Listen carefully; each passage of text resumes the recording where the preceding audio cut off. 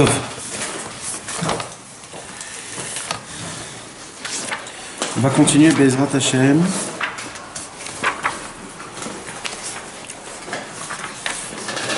Avec l'aide de Dieu, le conte de la princesse disparue, 10e partie.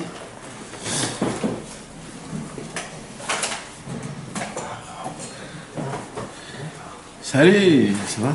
Ça va? Merci.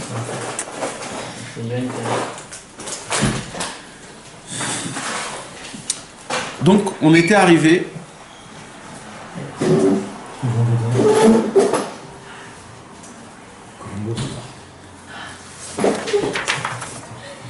On est arrivé dans le conte, dans l'histoire, après que le serviteur, le vice-roi, il se réveille de son sommeil après 70 ans. Et quand il se réveille de son sommeil, il demande à son serviteur qu'est-ce qui s'est passé. Et là, son serviteur, il lui dit « Ouh là là, ce qui s'est passé pendant 70 ans, imagine-toi qu'est-ce qui peut se passer. » Et il lui raconte tout ce qui s'est passé, combien il a attendu, etc.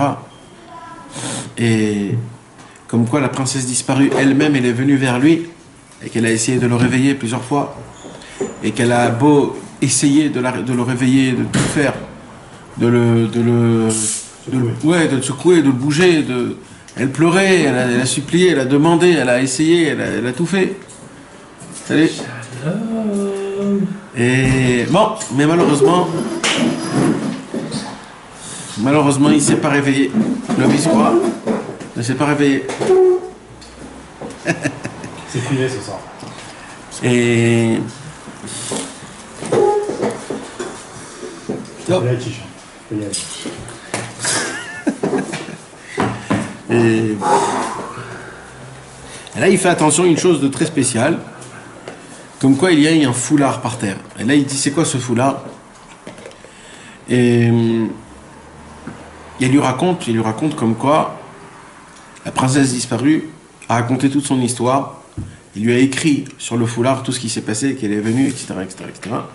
Elle a écrit comment par ses larmes de ses yeux. Bon, on a beaucoup parlé. C'est quoi les larmes? C'est quoi le foulard? C'est quoi le etc., etc. Et là, il a mis devant le soleil aussi. On a expliqué c'est quoi le soleil. C'est la chorma, c'est le tzaddik. Quand on met la Torah devant la tzaddik, devant la chorma, on découvre une nouvelle Torah, etc. Donc, et là, il a compris que quelque chose d'un côté bien, mais d'un autre côté pas très bien. C'est comme c'est une bonne nouvelle et une mauvaise nouvelle. La bonne nouvelle, c'est qu'il sait où elle est, la princesse disparue. La mauvaise nouvelle, c'est qu'un endroit pareil n'existe nulle part sur Terre. Une montagne d'or et un palais de perles. Alors là, pour ça, il faut vraiment se prendre la tête et se demander Shalom. Et donc apparemment, c'est un vrai Nisayon. Je me suis toujours dit, il y a toujours ce genre de conversation et de sentiments. Quand tu lis par exemple une Torah de Rabbeinu, d'accord? Rabbi Nachman de Breslev est descendu dans le monde pour nous donner espoir, pour nous ouvrir un chemin, pour nous donner de la force, pour nous booster, pour nous dire allez vas-y mon frère, allez vas-y. Alors, et tout ce qu'il a écrit, tout ce qu'il a parlé, tout ce qu'il a dévoilé, c'est toujours dans ce chemin-là. Alors il y a des gens qui ouvrent un livre, qui étudient, qui entendent, qui voient, qui découvrent, qui apprécient, et ils se disent ouais mais bon, c'est difficile à appliquer, qu'est-ce que tu veux, c'est pas, il faut. T'imagines la vie de là où je vis, l'environnement, de là où je... Ok, d'accord, ok, j'ai compris, je comprends le chemin, mais ça, Bezrat Hashem, peut-être un jour. Voilà. Si le vice-roi il aurait dit, écoute, c'est bon, hein, une montagne d'or, un palais de perles, ça a l'air d'être explosif, hein, mais bon, on verra. Hein. Ça doit être connu. Je vais attendre que le monde il m'apprend parce que le National Geographic qu'il arrive quelque part me dire voilà on a découvert une montagne d'or. J'attends que le monde le fasse lui-même. Moi je peux pas aller chercher. Je sais même pas ce que c'est. J'ai rien. Je suis peinard. Je suis ici avec mes bottes. Où tu veux que j'aille? Si le vice-roi il aurait dit ça, on serait vraiment très très mal. Malheureusement il y a des on regarde des fois des conseils de Rabbeinu, des Torahs de Rabbeinu en se disant, même en se disant que c'est possible, je ne parle pas de que c'est pas possible, mais on se dit, écoute, c'est un peu loin, bon, je ne vais pas aller à la recherche parce que, t'imagines, tu vas maintenant, un homme il ne va pas au mikvé, d'accord? Il ne va pas au mikvé. Il lit maintenant l'écouter Etzot comme quoi le mikvé c'est important, etc. Et maintenant, du jour au lendemain, il peut pas, il a lu le mikvé. Tu lis pourquoi? Parce qu'il faut lire ou parce qu'il faut appliquer? Alors maintenant, vas-y, réfléchis. Comment je vais aller au mikvé devant? Ouh là là, ça change tout mon planning. Il faut que je me trouve déjà un mikvé, t'imagines, me déshabiller entre hommes, etc. Je sais pas. En plus, c'est sale, c'est pas propre. Va savoir, quoi. Ça veut dire, imagine-toi. Essaye de rentrer déjà dans l'atmosphère. Rabbeinu dit de te lever Chatzot. Alors toi, tu dis, c'est vrai, il faudrait vraiment 15 jours je me lève Chatzot. C'est beau. Peut-être à Ouma, notre équipe, on se lève Chatzot, c'est facile. Mais non, mon frère, c'est pas ça. Le Inyan, c'est quoi? C'est que au moment où on te dit, il y a une montagne d'or, il y a un palais de perles, c'est pas pour te dire, waouh, c'est pas pour t'ouvrir les yeux. Tu sais, comme dans Picsou, les yeux, ils sortent comme ça. Et c'est pas ça. C'est pour que tu commences à te lever et te dire, bon, j'y vais à la recherche. Maintenant, je vous promets que le vice-roi, entre lui, je vous parle... il se disait, ça n'existe pas, cet endroit-là. Parce que ça n'existe pas. Tu connais, toi, une montagne d'or et un palais de perles? Ça n'existe pas. Que tout le monde me dit, c'est surtout qu'on lui affirme. Après, on lui affirme. Mais là, maintenant, on lui dit, elle me dit, elle doit se foutre de moi, là, la princesse, là, parce que moi, je me suis foutu d'elle, elle est en train de me foutre de moi. C'est même pas connu, c'est qu'il a pas vu que c'était la princesse qui a écrit. Oui, mais en plus. Est-ce que c'est elle qui a bien écrit? Voilà. Vas-y, rajoute. Ah non, exact. Est-ce que j'ai pas bien compris? Voilà. Tous les blagues qu'il doit avoir dans la tête. Exact. Toutes les questions. Imagine-toi, le monsieur, il dit, je suis à sa recherche, ça fait des vies en entière.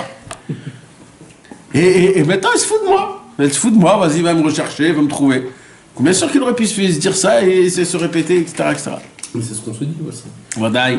On fait des années de service divin. Vadaï, et on se dit, est-ce que Bémet, c'est ça? Est-ce que Bémet, c'est ça? Est-ce qu'on est bien placé? Est-ce que c'est le chemin qu'il fallait prendre? Peut-être on se trompe.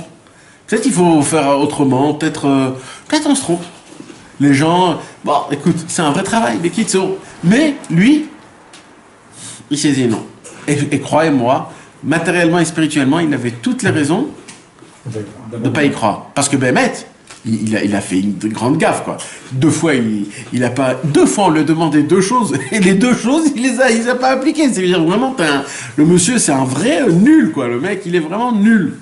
Et maintenant, il doit partir à sa recherche. C'est une pauvre tâche. Voilà. Mais, comme on a dit, il y a écrit, Rabbeinu, il a dit 2 fois Ve'alach, dans le même paragraphe. Il a écrit 2 fois Ve'alach, je vais juste vous le dire. Alors, qu'est-ce qu'il a fait? Premièrement, il a vu que ça va être un vrai chemin. Premièrement, il a dit à son serviteur, écoute, merci beaucoup jusqu'à maintenant, tu m'as servi, c'était très sympathique. Allez, vas-y.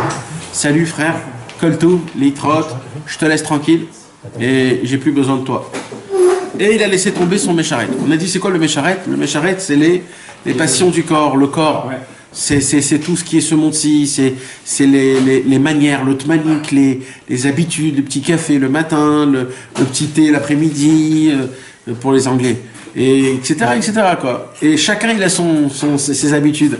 Et là, qu'est-ce qu'il dit? Il dit au revoir à son mécharet, il dit au revoir à son...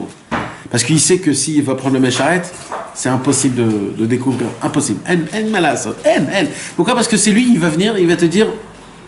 Mais la chose, c'est qu'il meurt. De quoi? De laisser tomber le mécharet? Ouais, ça déjà, c'est... On ne peut pas avoir l'habitude comme un certain céder dans la tête de l'homme.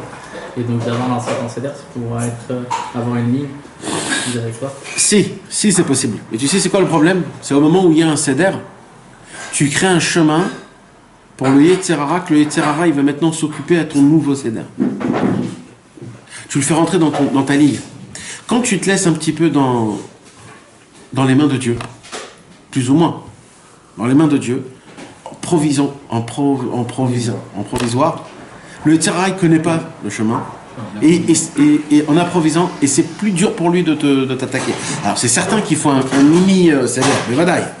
Tu comprends? D'avoir, par exemple, Rabbi Nachman, il est dit, essaye d'avoir 1 heure de Hitbodedut tous les jours. Attends, il t'a pas dit quand. Et il t'a pas dit d'après 1 heure, il t'a pas dit où. Il te met le point, voilà, sache, ça doit être dans ton planning. Fais-le. Tu dois toi-même te... Rabbi Nachman, il dit, il faut essayer de d'être joyeux. Du Shulchan Aruch. Du Shulchan Aruch, d'accord. Alors, il t'a pas dit combien de temps, après quoi, quel halachot. C'est ton travail à toi. Il y aura des périodes où tu devras étudier le Kitzur Shulchan Aruch. Il y aura des périodes où tu devras ouvrir le Bet Yosef. Ça dépend, c'est ton inyan à toi. Bon, c'est comme tu vas le ressentir. Sois ouvert à toi-même. Écoute ta neshama ce qu'elle a envie, qu'est-ce qu'elle a envie de... Mais ça, c'est un travail qui est...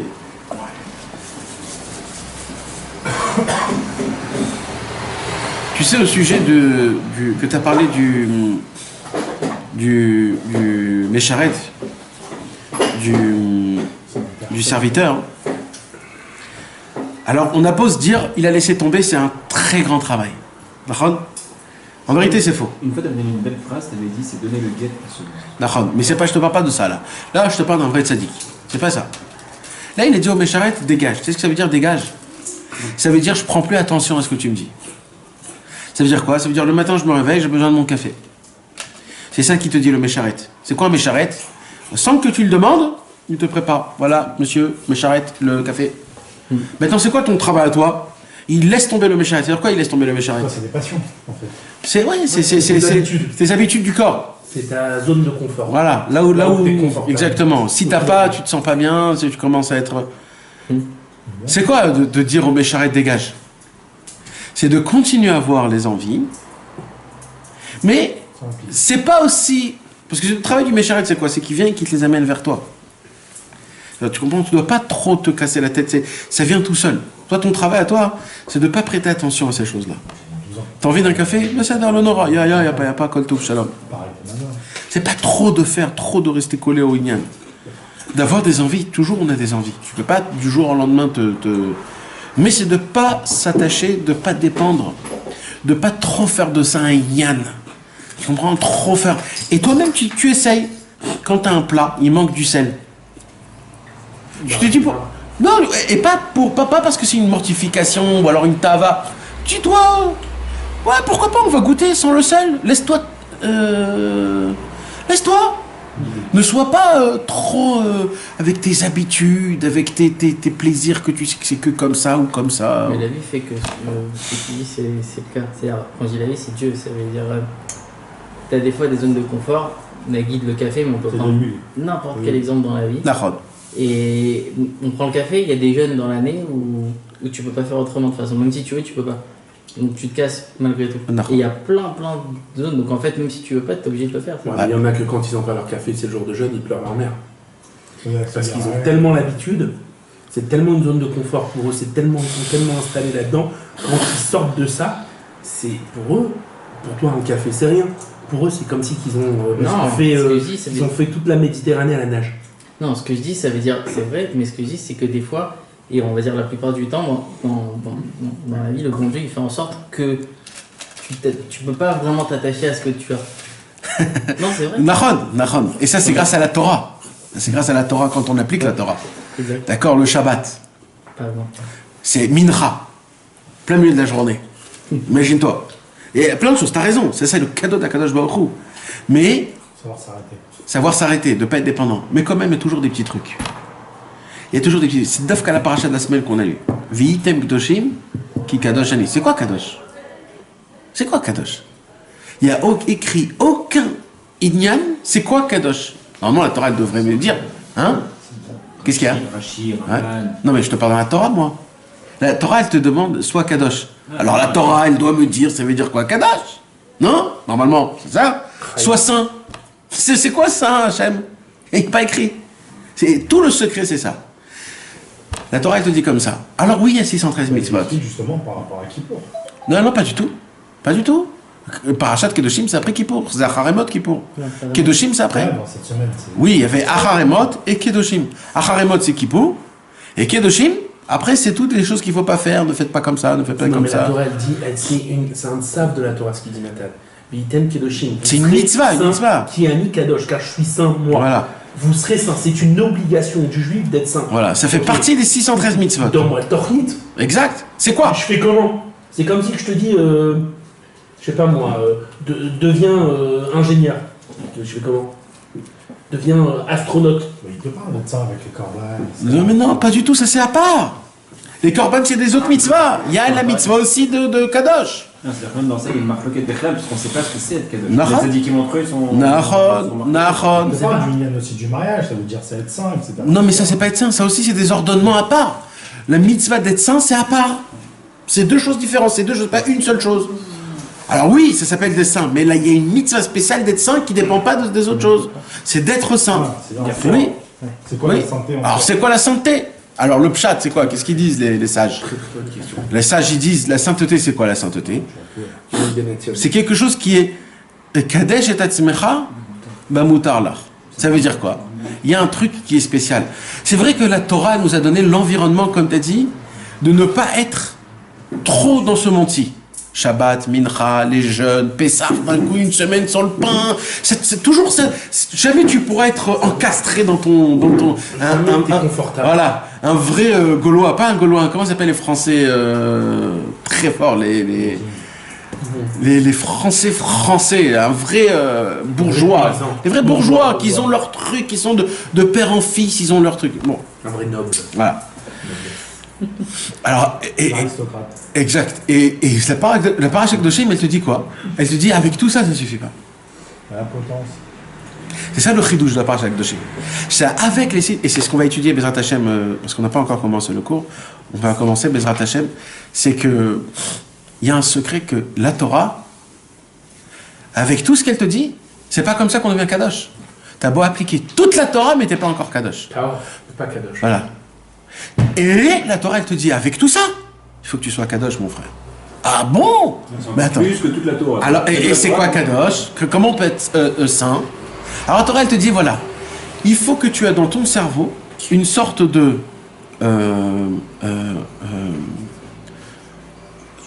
non, pour tamiser la farine, comment ça s'appelle?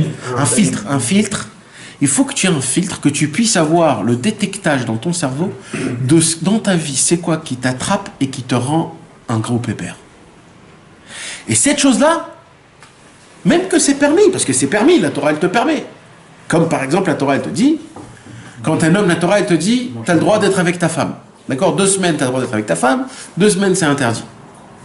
Alors, à moutard, il n'y a pas de problème, c'est ma femme quoi. Mais attends, même avec ma femme, vous allez me donner des trucs. Non, c'est moutard. Eh bien, Bidiouk là-bas, c'est Kadosh. C'est-à-dire quoi, Kadosh? Avec tout ce qui est moutard, avec tout ce qui est permis. Et que c'est une mitzvah. Et c'est une mitzvah. Et tout, c'est une mitzvah. De la faire qu'elle soit contente et qu'il y a l'amour, etc., etc. Tout ça, c'est une mitzvah. Mais il faut que tu saches que là-bas, il faut que tu sois saint. Il ne faut pas que tu sois comme une bestiale. Il ne faut pas que ça soit tous les jours. Il ne faut pas que ça soit d'une manière juste égoïste pour ton kiff personnel, etc., etc. Et, ouais, exactement. Alors ça encore, c'est des halachot. Mais il y a des choses de Kedusha qui sont écrites nulle part, mais ça dépend de toi. Si tu sais maintenant que ça te met dans un trip où tu pars, je sais pas où, alors il ne faut pas que tu le fasses. Maintenant, c'est écrit nulle part, c'est toi-même qui dois... Tu dois être le mec de toi-même, tu dois être un homme. Sois un homme, un gever. Être un gever, écoute, ça me fait triper, pas pour l'instant. Oui, mais la saute, c'est comme ça. Et pareil pour des délires de je ne sais pas quoi, dans la bouffe par exemple. Voilà, il y a des gens. Il y a des gens que pour eux, de manger de la viande, on dirait ils deviennent avec les dents là, comment ça s'appelle? C'est des gens, ils rentrent dedans, ils mordent la viande en plus toute vivante. Et ça sent du sang et tout, vivant. Le mec, il est vraiment... c'est pas le Pitora, ça. Non, mais c'est ma mâche comme ça. Moi, je vous dis ça pour que vous puissiez vivre le Inyan. C'est pas humain. C'est pas humain. Alors, ok, je comprends. Il y a le... Ok, je comprends. Mais bon, vous comprenez, c'est ça le Inyan de Kadosh. Kadosh, c'est malgré la Torah qu'elle t'a ordonné, parce que les gens, ils disent, oh, la Torah, c'est pas écrit dans la Torah, hein, excusez-moi. mais tout le Inyan de la Torah, c'est des choses qui ne sont pas écrites. Tout le lien de Kadosh, c'est pas écrit. Le foulard, c'est quoi? C'est qu'on peut lire que par rapport au soleil. Sinon, tu peux pas lire le foulard. Il faut faire attention aussi, parce que je sais pas si je me demande, si je vois ma mère qui dit ne rajoute pas plus que ce qu'il y a déjà. Nahon, c'est écrit, Nahon. Mais ça veut dire quoi? Il y a écrit plusieurs choses. D'abord, c'est écrit un Torah Baltosif. Ne rajoute pas. Baltosif. Mais on parle pas de Baltosif. On parle de Baltosif. Pas sûr. Il y a plusieurs sortes de mitzvot. Il y a des mitzvot bagouf et des mitzvot de banefesh. Il y a les mitzvot du corps et les mitzvot de l'âme. Ça aussi, il y a des différences. Le Rambam, il dit ça, le Sefer à... J'ai l'impression qu'il parle des Khumrot plutôt. Il parle des Chumrot. Non, mais par exemple, le Inyan de Baltosif, c'est par exemple les Tefilin. Il y a écrit 4, il ne faut pas que tu rajoutes en 5e. 4 parachutes. Ça s'appelle Baltosif, tu comprends? Quand il y a écrit par exemple de Shabbat, Shabbat, il faut que ça soit, c'est le jeudi, le samedi. Si tu rajoutes 1 heure de Shabbat sur le compte de dimanche, il n'y a pas de problème. Parce que c'est la Neshama.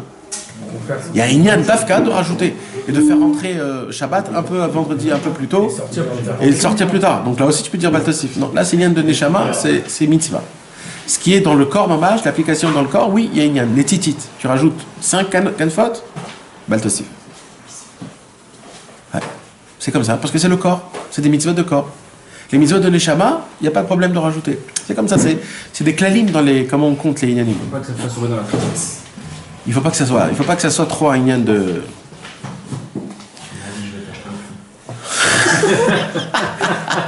Sans projet. C'est dans les tâches à faire. Un jour. Faut payer. Mais qui sont mes amis? Mais qui sont ce qui se passe? Il se passe que Bémet, le Inyan, c'est que de jeter le Mécharet, de jeter le Mécharet, c'est pas de donner le guet au Mécharet. Regardez comment il y a écrit. Veishir. C'est la malère. Regardez ce qu'il y a écrit. Il y a écrit Veishir est un Mécharet. Ça termine en 2 minutes. Tu l'as laissé. Et il n'y a pas écrit que le Mécharet Azav. Normalement, le Mécharet Azav. Ah, c'est-à-dire que tu l'as laissé et peut-être qu'on le suit le Mécharet. Mais Vadaï, tu t'imagines, le Mécharet, il se trouve dans un désert, il se dit, mais attends, mais il me laisse tomber comme ça? Mais vous êtes fous, quoi. Moi, je viens avec toi jusqu'à qu'on se trouve un truc. Donc, en fait, le Mécharet... Tu vas le suivre, mais lui... T'imagines, le mec, il voyage, il dit, bon, toi, tu descends, vas-y, allez, je continue. Mais jamais de la vie, ça n'existe pas. Alors, de là, tu apprends qu'en fait, c'est quoi? Dans son cerveau, pour lui, il a laissé tomber, c'est fini. Maintenant, après, tu restes avec moi, ok, mais t'es plus mon Mécharet. T'es avec moi, mais t'es plus mon Mécharet. Regardez comment il dit, ve'alach levado levaksha ve'alach. 2 fois ve'alach. Ça veut dire que lui, comme on a dit, puisqu'il était complètement désespéré, Kaviachol, le Sheni, la Malchut, le vice-roi, que, comme quoi, en se disant, je ne sais même pas si ça existe un endroit pareil qui s'appelle la montagne d'or et un palais de perles, mais ve'alach. Tout son travail à lui, c'est moi, mon travail à moi. C'est de le chercher. Voilà, papa, après on vient, on me dit, pourquoi t'as pas cherché? Au moins cherche. C'est-à-dire le mec, il fait désespérément, mais au moins il le fait. Il le fait. Sans comprendre pourquoi et d'où vient, etc. Voilà. Alors, on a... C'est horrible, tu sais même pas où aller, tu sais même pas comment faire. Alors voilà. C'est un sentiment, mais t'es paumé. Alors voilà. L'Ech Lecha. Mamash, t'es obligé de passer par l'Ech Lecha. T'es obligé de passer par... Vous savez, il faut se le répéter des fois, parce que des fois, nous, on arrive à des situations qui sont pareilles, et on se dit, comment on fait? Et il faut se dire que oui, ça peut marcher, de partir. L'Ech Lecha. Comment, pourquoi, je sais pas. Je crois qu'on a tous fait ça. Je crois même que c'est écrit dans un livre, quand on a fait notre allée en Israël, d'une certaine façon.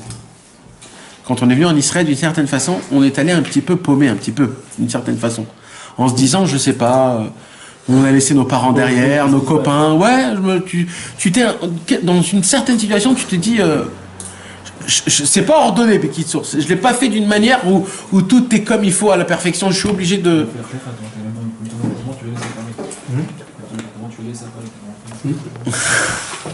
Mais je pense qu'on le fait.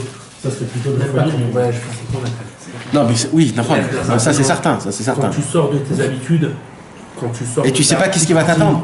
Et tu ne sais pas où tu vas aller maintenant. Tu as envie de changer, la tchouva, c'est un air très aussi. Nachon, bevadaï, en shum safek. C'est ce que tu fais là. Nachon. Parce que Sarrakol, il était dans son palais, le mec, il était tranquille. Hein. Il avait tous les plaisirs du monde. Il était bien à côté du roi, etc. Et il est complètement sorti de son système. Et là,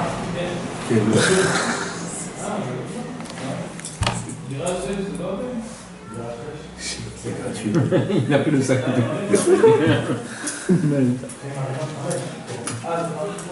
Tov. Donc on est arrivé ici la semaine dernière.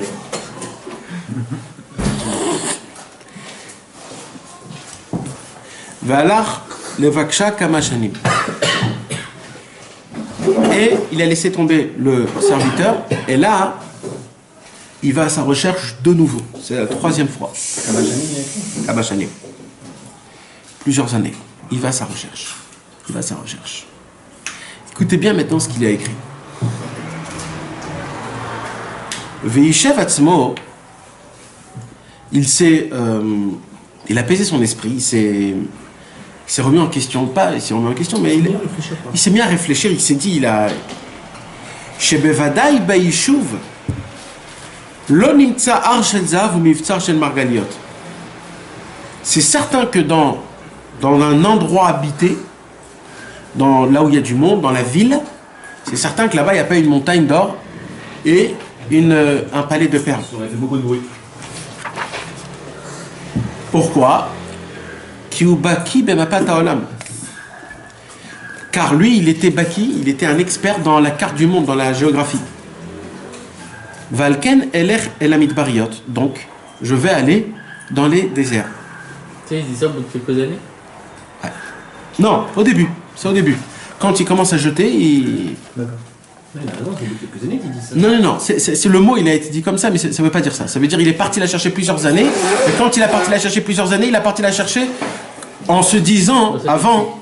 Il s'est mis à réfléchir voilà. avant de partir, quoi. Quand même. Valken Eler Elamid Bariot, donc il s'est dit je vais aller dans des endroits là où il n'y a pas d'hommes, là où c'est pas connu. Dans le désert. Valar le Vaksha Bamid Bariot, Kama Vekama Shanim. Et donc c'était là-bas son endroit dans les déserts. Et là-bas il a cherché, donc il revient sur ce qu'il a dit, plusieurs années. Moi j'ai une question. Là il dit, il s'est dit que dans la ville, c'est certain qu'il n'y a pas un endroit pareil, donc je vais aller dans le désert. Si vous vous rappelez bien, au tout début, il a cherché dans le désert, il a dit c'est certain que dans le désert, il n'y a pas, donc je vais rentrer dans la ville et là-bas peut-être je vais la trouver. Qu'est-ce qu'il a fait? Au début, il était dans le désert. Il s'est dit je vais la trouver dans une ville. Et là il est dans la ville, il se dit c'est sûr que je vais la trouver dans le désert. Au début il ne cherchait pas la même chose. T'as raison, mais il cherchait quand même. C'est quand même le... C'est quoi qui lui a fait faire changer? Au début il ne savait rien, donc il s'est dit peut-être, je sais pas, peut-être... Au début il n'y a aucune raison pour la chercher, ni là et ni là.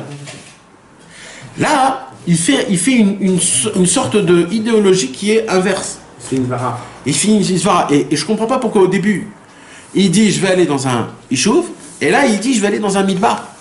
Et dans les deux, il a une sorte d'idée qui se le dit comme quoi c'est logique et c'est ce qu'il fait. Et ça, mes amis, c'est un des plus grands secrets du conte.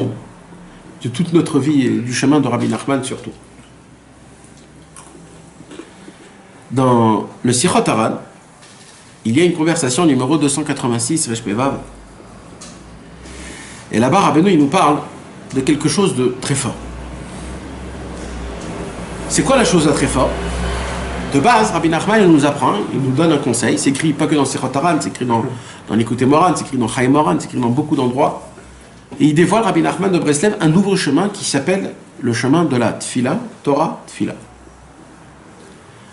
C'est-à-dire, un homme, il ne doit pas directement arriver à la Torah comme ça. Déjà, il doit arriver, d'abord par la Tfila. D'abord, il doit énormément prier. Il doit prier quoi? Qu'il puisse s'adresser à la Torah, qu'il puisse étudier la Torah, qu'il soit assez sain pour comprendre ce qu'il a écrit dans la Torah, qu'il puisse avoir un kesher, qu'il puisse avoir pas que ça soit avec de la gava, pas que ça soit par philosophie, pour des sagesses, pour non. Pourquoi? Parce que pour s'adresser à la Torah, il faut être un homme saint, il faut être quelqu'un de kadosh. C'est pas comme un goy. Il y a beaucoup de goyim qui étudient la Torah. Il y a beaucoup, comme on l'a dit tout à l'heure, on a expliqué, la Torah, elle te donne le concept comme il est sec. Pour découvrir ce que la Torah elle veut vraiment, il faut beaucoup prier. Alors d'abord tu pries Hachem pour essayer de pouvoir rentrer dans la Torah. Après il y a un deuxième travail. C'est quoi le deuxième travail? C'est déjà d'étudier la Torah. Les petits toutes. Il faut étudier la Torah. Et là tu mets tout de côté, tu commences à l'étudier d'une manière très simple. Qu'est-ce qu'il a écrit? Décortiquer, rentrer dans le Iyun, essayer de savoir, mais pchitout, qu'est-ce que la Torah elle te dit en ouvrant tous les livres, en jouant la tête, très simple. Et après que tu t'es mis à la perfection de pouvoir comprendre ce que la Torah elle te dit, qu'est-ce qu'elle t'enseigne, tu remets toute ta chorma de côté, et là tu reviens chez Akadosh Baruch Hu, tu dis Ribono Shel Olam, je sais pas si j'ai compris, c'est bien fait que je puisse l'appliquer, que ce soit du bon chemin, etc., etc. Hein? On n'a rien compris. Non mais pourquoi? C'est pour la tfila. C'est ça tous les liens. Puisqu'on ne comprend rien, on a besoin de prier à Kadosh Baruch, obligatoire. Parce que notre perception des choses, elle est complètement fausse. On doit dépendre complètement, totalement d'Akadosh Baruch. Maintenant, je vous l'ai dit plusieurs fois, je le répète. Il y a un midrash, quand Mashiach viendra et que Akadosh Baruch Hu fera la Séouda du Mashiach, eh ben, quand Akadosh Baruch Hu fera, tout le monde mangera du Léviathan et tout le monde mangera du taureau, et etc., etc. Shoraba. Il y aura un shoraba et il y aura le vin que Akadosh Baruch Hu il a mis depuis la création du monde. Le Yain Ameshumar, il a gardé le vin. Et on va manger, on boire de ce vin et de cette... Et à la fin du compte, Akadosh Baruch Hu, il va se lever et il va proposer à Avram Avinu de faire le zimoun. Et Avram Avinu, il se lève, il dit Ribono Shel Olam, pardon, je peux pas faire le zimoun. Parce que malheureusement, j'ai eu Ishmael. Alors il propose à Yitzhak, il dit pardon Hachem, j'ai eu Esav. Alors il propose à Yaakov, il dit pardon Hachem, je me suis marié avec 2 sœurs, dans la Torah il y a écrit qu'il ne faut pas se marier avec 2 sœurs. Et Yosef il dit moi j'ai fait du tsar gadol à mon père pendant des années, je ne l'ai pas fait montrer signe, il a pleuré, il était be'atzvut, etc. Et ainsi de suite. Il n'y a pas des années. Jusqu'à que David Amelech, il se lève, et David Amelech, il dit Li nae veyael evarer. Moi, ça me revient à moi. Il se lève tout au fond, David Amelech, tout petit. Il dit, oh, amenez-moi le zimoun. Et oh, ça va arriver à ton tour. Qu'est-ce que t'as? C'est quoi le lien? Qu'est-ce qui s'est passé? C'est quoi ce midrash? Alors, c'est une explication qui est très difficile, mais on va essayer de la... Je vais d'abord l'expliquer à nous, d'accord? Pas à eux. D'abord nous. Que vous le vouliez ou pas. Puisque la Torah, c'est une sagesse, quand tu étudies la Torah, tu deviens sage. En malasot. La Torah, c'est de la sagesse. C'est de la Gdusha, c'est de la Chochma. Quand tu étudies de la Torah, plus tu étudies la Torah, plus tu es Chacham, tu connais, tu as des connaissances. D'accord ou pas? Tu connais la Lacha, tu commences à répondre à des... Tu connais de la Torah, tu deviens Chacham. Maintenant, c'est un travail énorme. De connaître énormément de Torah, et plus tu connais, plus d'essayer de te rabaisser. D'ailleurs, la Torah, elle te dit, la Torah, elle reste chez quelqu'un qui est...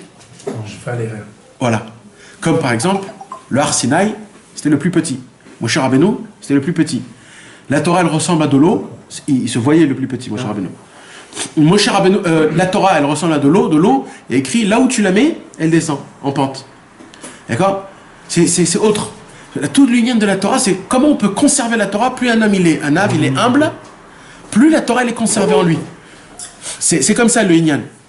Maintenant, si Chazvé Shalom on ne travaille pas ce Inyan-là, la Torah elle devient une sagesse, et là automatiquement, tu commences à gonfler, à avoir beaucoup de gava et à être un grand connaisseur. Mais maintenant, même pour l'homme Anav, d'accord? Viens, on prend maintenant le côté Anav. Un homme il est Anav, il étudie beaucoup de Torah. Il a des connaissances. Il a des Hakdamot. Il peut répondre à des choses. Donc, comment on peut le dire d'une manière délicate? Il connaît le chemin de Dieu, donc il devient le dirigeant, le parleur de Dieu. Ben non. Pourquoi? Si le porte-parole, il connaissait aussi Dieu. Qui? Bilam? Non, mais lui, il n'a pas étudié la Torah. Lui, c'était un prophète. Lui, il a perçu la Hachem. Il n'a pas étudié la Torah. D'accord? C'était un prophète des Goïm. Pas parce qu'il connaissait la Torah. Attends, Nathan, mais Bilam, il était rempli de gava, frère. Il n'a pas été porte-parole, c'est tout le contraire. Bilam, même si tu dis qu'il a étudié ou il n'a pas étudié, etc., c'était l'orgueil par excellence. Donc, il est tout le contraire de ça. D'accord? Donc maintenant, qu'est-ce qui se passe? Il se passe que même quelqu'un qui connaît beaucoup de Torah, le fait est qu'il connaît de la Torah, qu'on lui pose des questions, qu'il donne des drashot, même que tu es un ave, le plus grand ave au monde, il devient sans qu'il veuille, quelqu'un qu'on appelle un Talmid Chacham ou un Chacham. D'accord ? Même si c'est pas un tzaddik, on va dire. Il a un titre. Obligatoire, et c'est un titre que la Torah elle lui donne et il est obligé d'avoir ce titre. Obligatoire, c'est la Torah. Maintenant, quelque part, ce titre-là, c'est tellement difficile de le supporter. C'est tellement dur de le... C'est un titre qui est très difficile. Je ne sais pas comment le décrire, parce que c'est très délicat. Mais on va parler de l'autre titre et vous allez comprendre par rapport à ça. Non, parce que c'est... Maintenant, il y a un deuxième titre, c'est qui ? C'est un monsieur, par exemple, d'accord ? C'est un monsieur que, lui, il étudie la Torah, d'accord ? Il étudie la Torah, mais lui, il étudie la Torah d'une autre façon. C'est quoi son étude de la Torah d'une autre façon ? Une science. Non, c'est que lui, il étudie toute la Torah, il connaît la Torah, et il sait qu'il n'a rien compris. J'ai compris, je n'ai pas compris. Et il est obligé. Et qu'est-ce qu'il fait donc pour appliquer, pour essayer d'être dans le Inyan ? Il prie Hachem. Et quand il prie Hachem, il s'adresse à Hachem d'une manière. Hachem, ben Ahmed, j'ai rien compris, t'es obligé de m'apprendre. Et Akadosh Baruch Hu Kaviachol lui apprend de renouveau et il sait que tout dépend d'Akadosh Baruch Hu. Rabbi Nathan, il donne l'explication exacte. Aujourd'hui, ça n'existe pas parce qu'aujourd'hui, il n'y a pas de... Mais il dit, c'est ça la différence entre Chacham et Talmid Chacham. Aujourd'hui, un Chacham, ça ne veut pas dire que c'est pas bien, mes amis. Encore une fois, Chaz v'Shalom, on ne parle pas de mal ou pas de mal, d'accord ? On parle de Chacham. Chacham, c'est pas la perfection, il dit Rabbeinu. C'est pas la perfection parce que c'est toi. C'est toi. Tu t'es fatigué, tu t'es rentré dans ton cerveau. C'est toi, c'est toujours toi. Si quelqu'un il vient, il te dit tu t'es trompé, il faudra que tu lui prouves que tu t'es trompé. Si Moshe Rabbeinu lui dit tu te trompes, il voudrait que tu te trompes. Un Talmid Chacham, il a beau monter au plus haut, mais il reste toujours Talmid. Il reste toujours l'élève du Talmid. Et un élève, c'est quoi ? C'est qu'il a toujours quelque part à apprendre.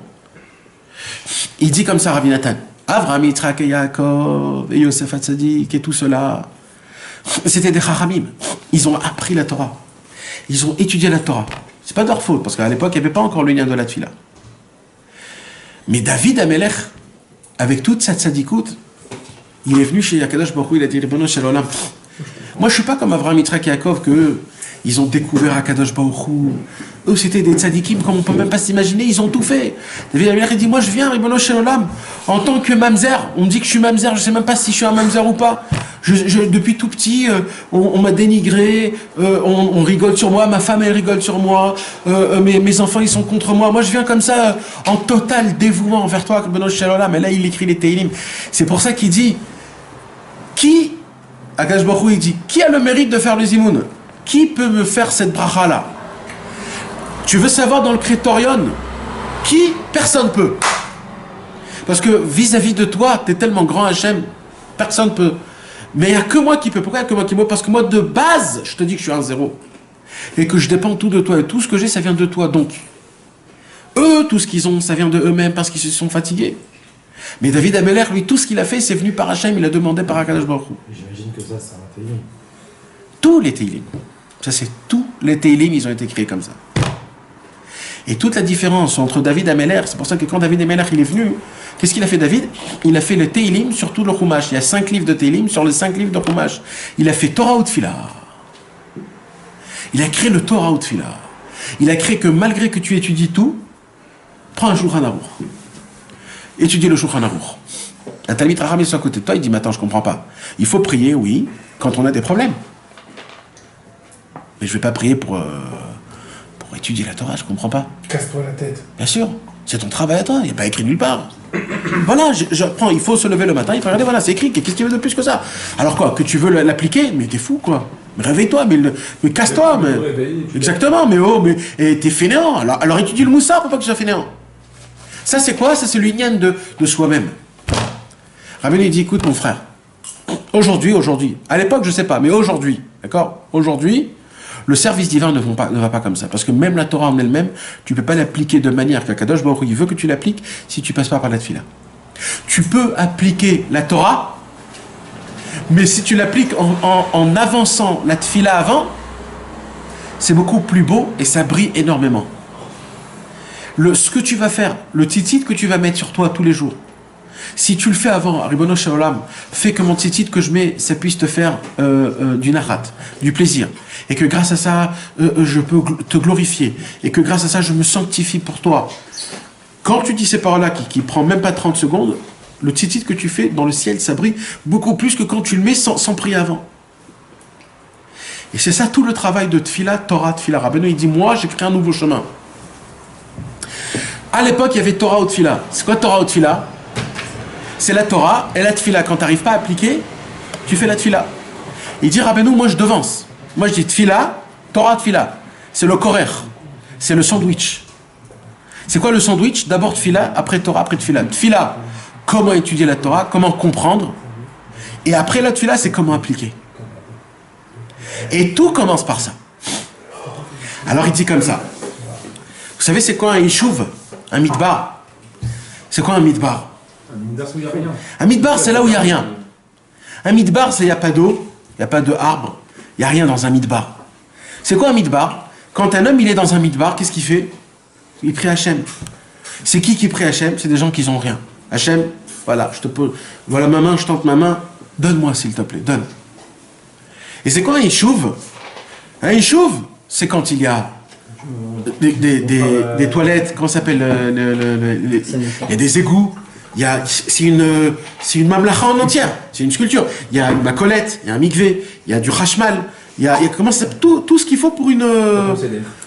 C'est quoi? C'est la Torah, le Midrash, la Halacha, le Bet Yosef, le Shulchan Aruch, tout, c'est comment tu peux créer une ville en fait. C'est la démonstration de toute la Torah chez Mirtav, Torah chez Balpé, Pshat, Remez, Drach, Sod, la Argaman, toute la Neshama, tout le Pardes, tout le Inyan, les Chassidout, les lumières, etc. Au début, il a fait Tfila.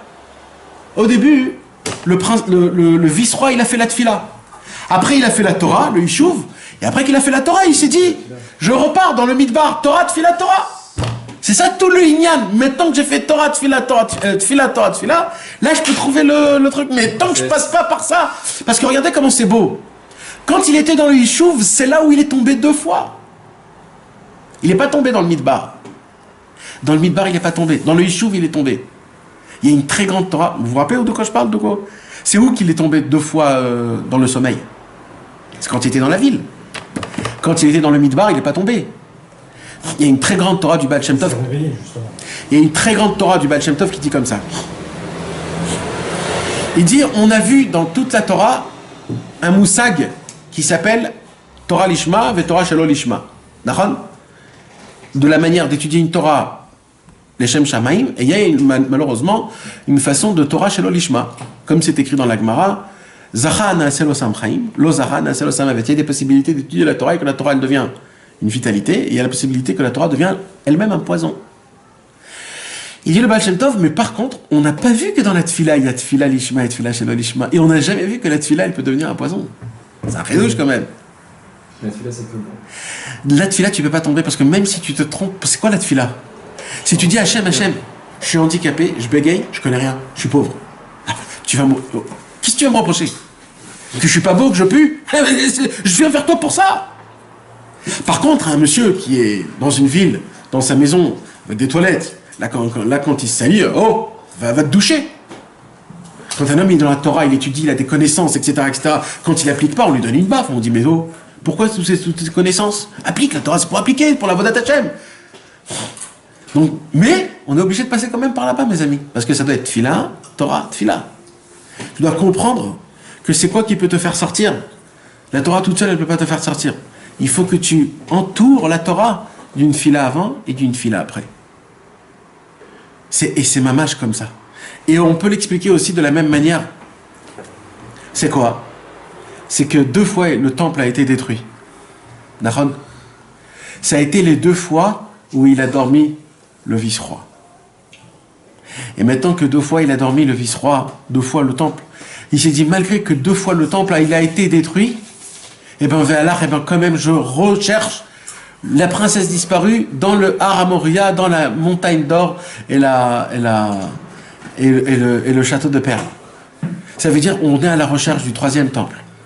Et c'est qui? C'est nous-mêmes. Mais comment on va arriver à trouver, à prendre le troisième temple? C'est marrant, parce qu'il a dormi 70 ans. Exactement, et c'était 70 ans. C'était 70 ans là.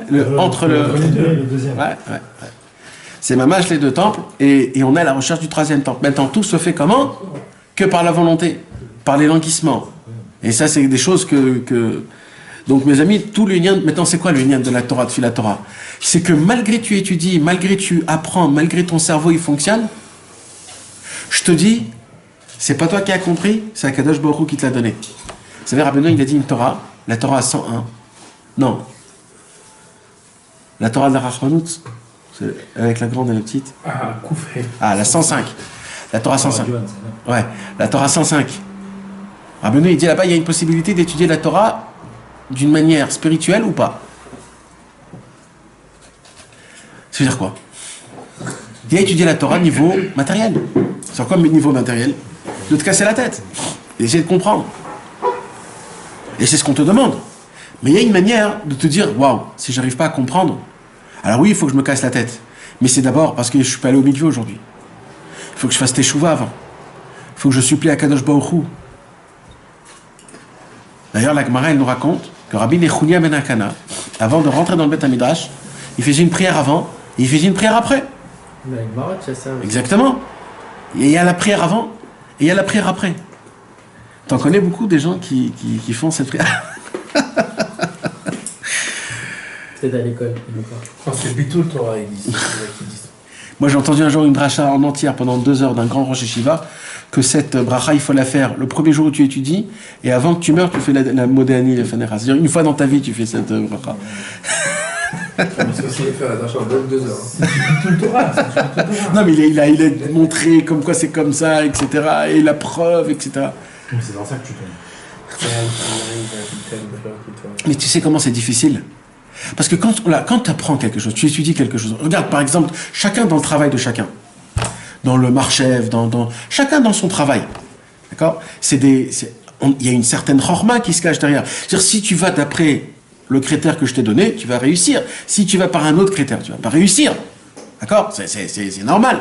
Un docteur, il va pas inventer des nouvelles...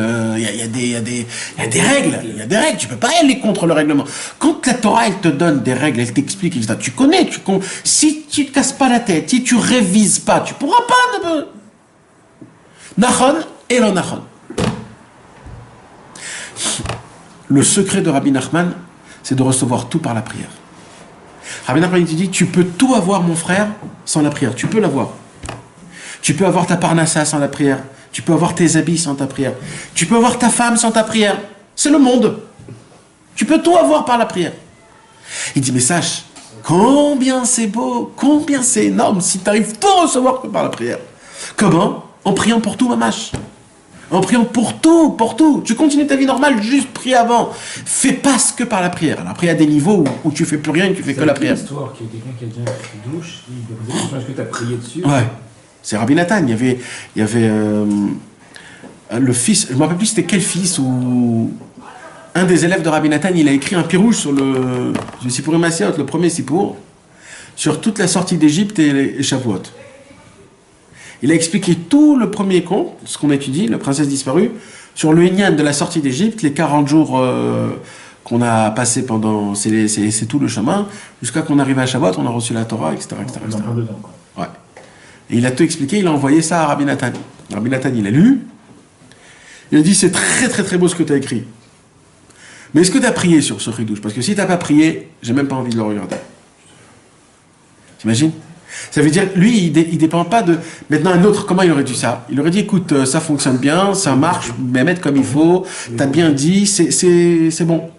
Ça rentre. Voilà, ça rentre. Rabbi Nathan, il dit, écoute, c'est pas moi qui vais dire si ça rentre ou pas. Même si ça rentre ou pas, c'est pas ça l'histoire. L'histoire, c'est est-ce que d'abord t'as prié beaucoup avant? Si t'as prié beaucoup avant, alors c'est Mishamaim, c'est bon, c'est bon. Je m'en fous de... Est-ce que c'est une sécurité le fait de prier? Hein? Est-ce que c'est une sécurité le fait de dire j'ai prié? C'est sûr que je vais avoir? C'est le chemin. Non, je suis d'accord, il dit tout passe par la fila. Écoute, je vais te dire un truc. Hachem Ozer Tamid. Dieu, il donne tout. Le Rabbeinu Bechaye dans Chovat Al-Vavot, il dit comme ça, il est méfourage, il est posek, méfourage la lacha, il dit comme un père est obligé de nourrir ses enfants, Moutal, à la Kadosh Baruch Hu, les farnes est un mot. C'est moutal, c'est-à-dire c'est une obligation pour Akadosh Baruch Hu de nous nourrir et loger. Une obligation. C'est son obligation. Et là, il ne dit pas en tant que... C'est ça le pshat, mamaj qui pshuto. Maintenant, après toi, tu dois faire ton... T'as ishtadlut, après on a fait des péchés, donc ça doit venir plus tard, d'une manière plus dure, etc. Mais de base, Dieu, il est obligé de te le donner. Toute la question, c'est quand. Si ça va venir un peu plus tard... Comment t'expliques le principe du Hani? C'est quoi le principe du Hani? Le Hani, c'est un pauvre. Ah, le principe du pauvre. Alors il dit Rabbi Nachman de Breslev, il y a une halakha exceptionnelle dans l'Ikuta halachot. Exceptionnelle. Rabbi Nachman, il décrit c'est quoi un vrai pauvre. Un vrai pauvre, il dit, c'est pas quelqu'un qui manque de l'argent. Un vrai pauvre, c'est quelqu'un qui se dit pauvre. Et il dit, et la preuve de ça, c'est que ça se peut qu'il y a des gens qui n'ont pas beaucoup d'argent, mais ils sont très contents de ce qu'ils ont, pour eux, ils sont pas pauvres. C'est quoi quelqu'un qui est pauvre? C'est qu'il n'a pas assez d'émouna, donc il va sortir demander de l'argent. Et il dit Rabbi Nathan, mais à l'époque il le dit, il dit aujourd'hui, on voit pas des gens qui meurent de faim, mamage, qui n'ont pas de pain. Il y a toujours, on peut toujours s'arranger, d'accord? Quand on dit un pauvre, c'est quelqu'un qui il a ce qu'il a besoin. Il dit Rabbi Nathan, il y a un clan. On a toujours ce qu'on a besoin pour les heures plus tard. Ça veut dire, fais le compte que les 5 heures plus tard, t'as ce qu'il faut. Tout le monde, même le clochard le plus grand au monde, les 5 heures plus tard, il a ce qu'il faut. Il a sa petite bouteille d'eau, il a son... C'est juste la 6e heure. Là où ça commence à délirer. Et c'est là où tu tombes dans la Emouna. Ah, je suis un pauvre, regarde, je sais pas quoi faire dans 6 heures. Demain, je sais pas où je vais dormir demain. Mes frères, c'est donc il dit Rabbeinu, donc c'est un lien de Emouna au Bitaron. Si tu arrives à vivre d'une manière où c'est une Emouna au Bitaron, après tu rentres plus. Donc en fait, le lien de Hani, c'est Minadat, c'est toi-même que tu rentres à Hani. Rabbeinu dans l'Ikuta, Rabbi Nathan dans l'Ikuta Halachot, il a décortiqué, il a enlevé toutes les.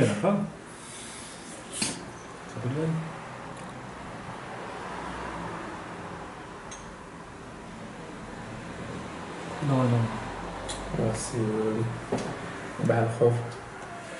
Ouais, ça doit être là-bas. Ou alors Baal-Chov, ou alors le Tanin, quand on ne paye pas son temps. Biyomot Shraro. Ouais, Biyomot Iten Shraro, dans Ilchot Ugneva Vexela aussi, ça se pourrait. Pourquoi ils volent? Parce que c'est dans là-bas, dans Rochel Mishpat. Rochel Mishpat, Relek Bet. C'est d'être Rochel Mishpat, Relek Bet. C'est énorme. Et là-bas, et surtout là-bas, ils parlent de beaucoup de Inyanim comme ça, qui sont vraiment... que ben, ça dépend de toi, en vérité. Mais voilà, Akadosh Baruch Hu, il est obligé de te donner de quoi manger, de quoi boire. Obligé. Il est obligé, donc ça va venir, dans tous les cas. La question, c'est est-ce que tu vas l'amener par la prière ou pas? C'est tout. Et le plus beau, c'est quoi? C'est que si ça vient sans prière, ça peut repartir. Si ça vient par la prière, il y aura la bracha. C'est la bracha. Même si quelqu'un il gagne une petite paye, mais cette petite paye, il a gagné en se fatiguant, en bécacherou, bien comme il faut, il sait que chaque shekel qu'il a, il ne dépense pas stable. Par contre, quelqu'un qui gagne l'euro million, du jour au lendemain, il donne à tout le monde, et 2 mois plus tard, il devient... pauvre que ce qu'il était avant. Exactement. Pourquoi ce serait pas honorable de quoi? de recevoir d'Akadosh Baruch Hu un super cadeau? Parce qu'on n'est pas apte. Si t'as prié. Non, tu vois, si t'as prié, Nathan. Oui. Mais pourquoi tu pries d'avoir un euro million? Parce que tu es dépendant, parce que tu te dis que quand j'aurai l'euro million, je serai plus sa mère. Non, ce sera un moyen d'être plus. Mais tout le Inyan, c'est que tu peux être plus sain, puisque sa mère Bechelko. Tu comprends? Donc c'est encore un baya de Emouna au Bitachon. Moi, je peux avoir l'euro million même sans l'euro million. Mais qu'est-ce qui me manque? Tu comprends? Toi, en fait, tu dépends ta simcha du euro million. J'ai besoin de 50 millions.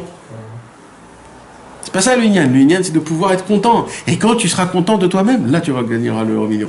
Parce que l'euro million, il va plus te faire ni chaud ni froid. Il y avait une histoire comme ça avec un des élèves des amis de Rabbi Nachman de Tulchin.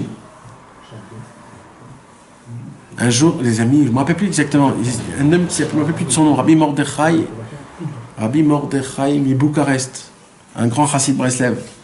Un grand chassid Breslev, un Oved Hashem qui était très important et il souffrait énormément de la pauvreté. Et il s'est dit un jour, je vais faire le loto. La mâche. Il s'est dit un jour, je vais faire le loto. Il a dit ça à personne parce qu'il savait que ouais, ils allaient le dire non. Mais lui, il a fait le loto. Avant de faire le loto, à l'époque, c'était quoi le loto? C'était pas de l'argent. C'était des shtachim, des terrains. Et il y avait une forêt énorme dans le loto. C'était ça, celui qui gagne la forêt énorme. Rabbi Isaac de Bucarest, pardon. Rabbi Yitzhak de Bucarest. Et il est allé chez Rabbi Nachman de Breslev, chez Rabbeinu dans la tombe. Il dit, je t'en supplie, je voudrais beaucoup gagner, mais moi je suis venu pour vous demander quelque chose. C'est que l'argent ne m'aveugle pas. Je sais combien c'est ma mâche. Je veux vraiment... Je veux pas que l'argent me change, je veux pas que l'argent m'aveugle, je veux que ça soit dans toutes vos conditions à vous. Je sais pas de quelle manière, mais il a gagné le gros lot. Il a gagné ma mâche. Il a fait le truc, il a gagné. Il a gagné, il est devenu riche d'une manière qu'on peut même pas s'imaginer. Et c'est lui qui donnait à manger et qui nourrissait et logeait tous les kibbutz de Rosh Hashanah à l'époque. C'est lui qui les prenait, c'est lui qui les donnait à manger. C'était une grande... À l'époque, c'était beaucoup de travail. Les Américains, c'est son Gilgoul. Ouais. Et à Pessah, il a rangé tout le monde, etc. Mais il était vraiment un grand... À la Première Guerre mondiale, Rabbi Nachman de Tulchin, il a dit, écoute, il y aura une guerre mondiale, tu vas tout perdre. Alors moi, je te donne un conseil. Prends toute ta richesse et mets-la en trois. Non, mets-la en trois. Comme il a dit Rabbeinu. Ouais, mets-la en trois. Et prends toute ta richesse et découpe-la en trois. En argent, espèces, en terrain et en massa ou matan, dans les affaires. Et c'est ce qu'il a fait. Il a un tiers il a vendu, un tiers il a mis en espèces et un tiers il a mis en... Et après la guerre mondiale, il a perdu les 2 tiers, les terrains et le massa ou matan. Il lui restait que les espèces qu'il avait cachées. Il est reparti dans, je sais pas où il avait caché l'argent, dans la terre. Il a creusé. Je sais qu'il a découvert son paquet d'argent. Et de ça, on raconte qu'il a donné, nourri, logé des années encore tous les Anshe Shlomenu. Et ils disent, imaginez-vous juste de son tiers qu'il a pu nourrir, loger encore des années tous les Anshe Shlomenu. Combien il était riche. Et il a su, mamash, ne pas tomber dans l'aveuglement de l'argent. Tout le problème, c'est l'aveuglement, c'est la folie des grandeurs. Dès que tu as un peu plus d'argent, tu commences à penser comme je ne sais pas quoi, comme si tu es le patron du monde, c'est toi qui gères tout, mais il faudrait faire ça, il faudrait mettre là, et moi je veux faire ça, et moi je veux faire ça. Mais qui tu es, Birlan? Mais d'où tu te prends pour qui? Exactement, mais tu crois que Dieu il a besoin de toi? C'est toi qui aides les pauvres, c'est toi qui aides les avrichim. Il n'a pas besoin de toi, mon frère. C'est un cadeau qu'Hachem te donne pour que tu puisses... Donc tout le secret de ce qu'on a lu ce soir, mes amis, c'est malgré qu'on a la conscience, c'est malgré qu'on a la connaissance, malgré qu'on connaît, qu'on sait. Sache, dépend pas de ta connaissance de Torah par rapport à toi, mais habille-le dans la tfila, avant et après. Avant, pour pouvoir comprendre bien la Torah d'une manière qu'elle soit une Torah qui construit, pas une Torah qui brûle, pas une Torah qui te rend fou, et après de pouvoir l'appliquer de la manière de comment Dieu il veut que tu l'appliques.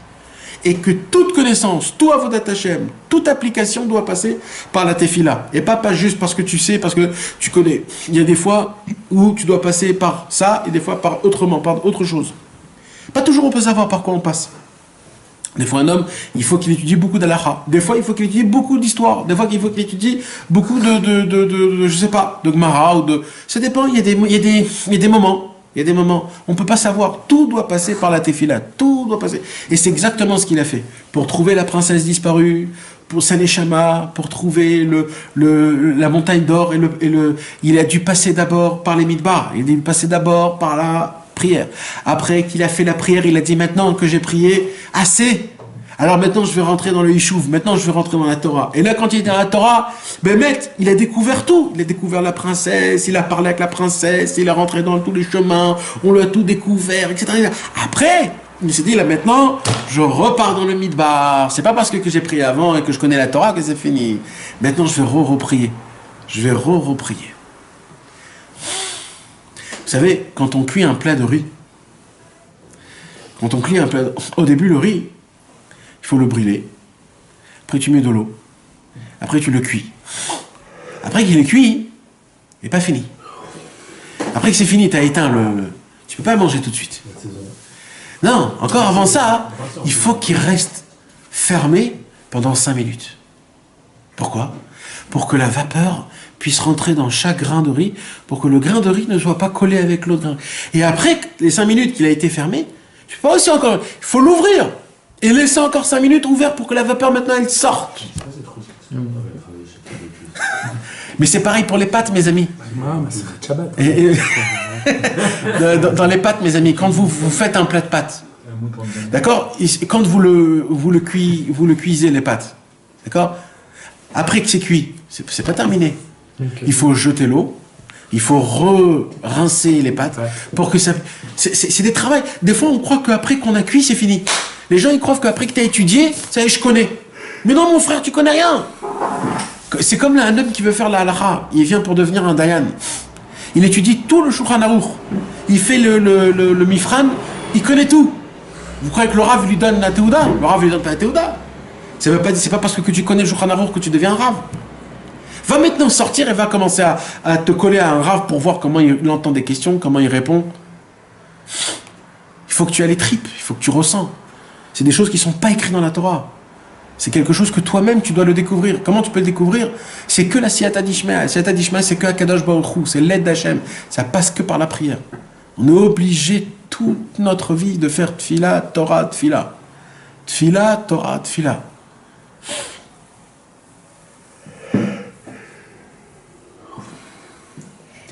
D'ailleurs, dans toute la prière le matin, on fait ça, ce inyan-là. Au début, dans la prière, on commence par la tefila. Modéani lefanecha, melech chai vekayam, she'erzarta bi nishmati. Elohai neshama shenatata bi teorai. Après, on commence à faire la Torah. C'est quoi la Torah? Korbanot. Tanu rabanan, pitoma ketoret ketzad, ezeu mekoman, shel zevachim, koche kadashim, et après, on fait tefila. Après, on fait les Zmirot. Et après, ça continue. Après les Zmirot, après, il y a Yotzero, tefila. Après, il y a Shema Israël, Torah. Et après, il y a le Shmona Israël, Otpam Tfila.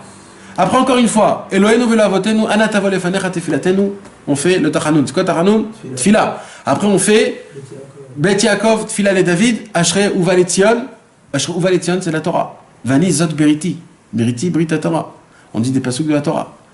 Et ça continue jusqu'à qu'on fait la Tfila. Alenu le Shabbat, la Danakol, la Tête Gedula, le Yotzer Bereshit. Et ça continue tout le temps. Pareil pour Mincha et pareil pour Arvit. C'est toujours un inyan de Tfila, Torah, Tfila, tout le temps. Le Seder de Pessah, c'est Tfila, Torah, Tfila. On ne va pas rentrer dans les Rosh Hashanah. Tout le inyan de Rosh Hashanah, c'est Tfila, Torah et Tfila. Dans le Seder du soir, dans la prière du matin, les inyan des Tkiot, tout le monde y fonctionne par la Tfila, Torah, Tfila. Avraham Avinu d'abord, ils ont fait la Tfila, c'est-à-dire Avraham Avinu il a créé Shacharit, Yitzhak il a créé Mincha, et Yaakov il a créé Arvit. Après qu'il y a eu Avraham, Yitzhak et Yaakov, on a reçu la Torah de Moshe Rabbeinu, et après qu'on a reçu la Torah de Moshe Rabbeinu, David Amer il nous a donné les Télim. Donc Tfila, Torah, Tfila. C'est obligé que ça se passe comme ça. Un homme qui veut marcher dans ce chemin-là, il dit Rabbi Nachman, je vais vous dévoiler un chemin, que ce chemin-là, depuis Avraham Avinu, il n'a pas été piétonné. Piétiné. C'est Tfila, Torah, Tfila. Celui qui fait Tfila, Torah, Tfila, il va faire un tanouk d'Akadosh Baruch Hu, un plaisir que depuis Avraham Avinu, ce plaisir n'est pas monté. Comment on peut oser de pas le faire tous les jours, ce inyan-là? Tfila, Torah, Tfila, Torah. Il y a un livre qui est fabuleux, exceptionnel, et qui est facile et qui prend pas la tête. C'est Etzot ou Tfilot. Le Kitvé, des fois, c'est long.